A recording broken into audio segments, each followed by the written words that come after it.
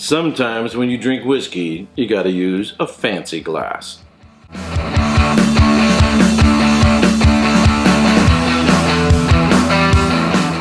Welcome to another episode of Erik Wait Whiskey Studies, and in this video I'm going to do a review of the SIA Blended Scotch Whisky.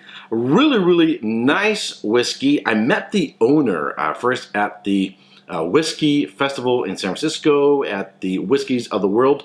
And then just before my first trip to Scotland, we met up at Total Wine & More, in which she had bottles. She was signing them, got my name on the end of there. And I was looking for something unique to bring over with me to my first trip to Scotland, to give a bottle to Jason at Jason Whiskey Wise and Roy at Aquavite. And I thought, what could be more unique than a blended Scotch or a Scotch whiskey that, at least at the time, you couldn't actually buy in Scotland. So she lives in the Napa Valley, and she has quite a story. Check it out on her website as how she got into this. But before I get into this, here are my notes.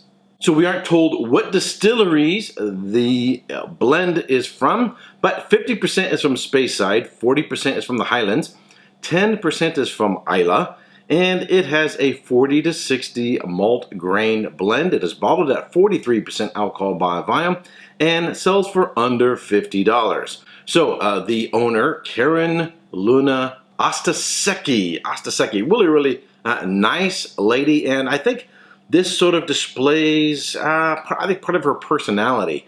It is light, it is elegant, it is layered, and just has a little bit of smoke for some interest. So on the nose, it is citrus forward. So I get lemon and orange peel, definite honey, loads of honey, some vanilla, a little bit of lighter caramels, sort of a puff of smoke, but also has some real nice floral elements to it too, which I don't normally get in a lot of Scotch whiskeys. A little bit of sultanas. All right, on the palate. On the palate is silky, has a nice development from the front to the mid and into the finish. Much more than when I first opened it and reviewed this as an uncorking with my Patreons. Up front, you get the citrus. There's that orange peel and lemon. In the middle, the vanilla kicks in, and on the back end, you get the floral and smoke shows up. I'll say much more. I would say on the follow through as I'm talking right now. There's just this hint of smoke and these nice floral elements. It is a lighter, more delicate style of whiskey, which I think has its own occasion. There are those, dark, cold, rainy nights when you want something big and peaty, right? Sit by the fire, perhaps smoke a cigar or something like that. Though there's other whiskeys, perhaps you want them as an aperitif before dinner, or as a follow-through, a palate cleanser after dinner. Particularly, say you've had maybe some garlic or some pesto or something like that. A whiskey like this fits really well for those occasions. Now, it's currently about 99 degrees Fahrenheit here where I'm living, and the time I'm recording this, and I've had this on ice. It kind of reminds me of having a Muscat Canelli or a Sauterne, right? It's not as sweet as a Sauterne, but in terms of the citrus and the floral notes there, it's sort of in that category, and really nice. So when I did uncorking them, I gave it 88 points, but it has more development, more layers to it now that I've gone. If you look at the shape of the bottle, it's kind of an interesting bottle. It's got shoulders, and then it narrows down to sort of like the waist, and then it has it spans out a little bit towards in the hips, right? The one challenge about this bottle is it is really tall. It's elegant, it's a beautiful bottle, but it's really tall. So it doesn't fit on a lot of my shelves, but I've got a too tall shelf.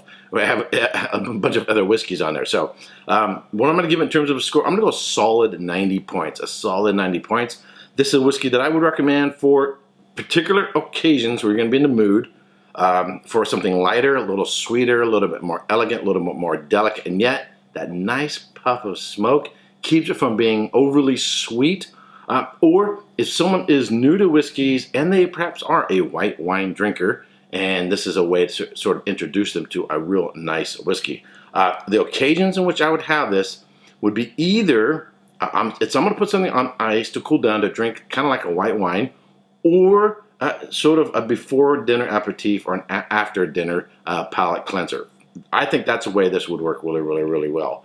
I think also, even if you go into colder weather, Christmas season, there's some elements to this as well that remind me of Christmas cake, particularly the ones with the dried candies in it, the dried fruit in it, and it has a little bit of that element there as well. So, alrighty. So, the price point, under $50, I think it's a really, really, really good buy. Wouldn't want to go over $50. I think I've seen somewhere as low as $48, $43. On average, I think I'm seeing it for about $45. Alrighty. If you are one of my Patreons, I want to thank you very much for joining my little group. If you are not yet a subscriber, but you like watching my videos, I would ask that you subscribe, give this video a thumbs up, and share with your friends on Facebook, Twitter, and other social networking channels. And until next time, cheers.